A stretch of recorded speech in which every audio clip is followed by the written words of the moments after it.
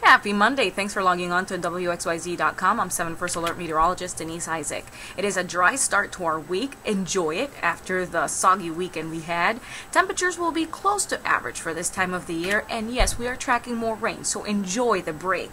A cold front moved through yesterday. It brought showers to the area, but now it continues to move away. We're seeing that dry slot right over Michigan at this hour.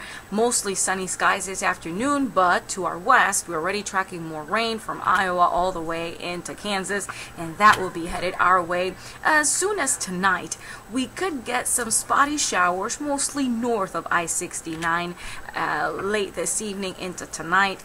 The city stays dry. By tomorrow morning for the morning rush hour, most of the rain once again north of I-69, Detroit, Mount Clemens, Monroe. We stay dry, so no need for to worry about the wet roads, but make sure you do drive carefully. And by tomorrow morning, clouds will be back, so enjoy the sunshine and the vitamin D this afternoon.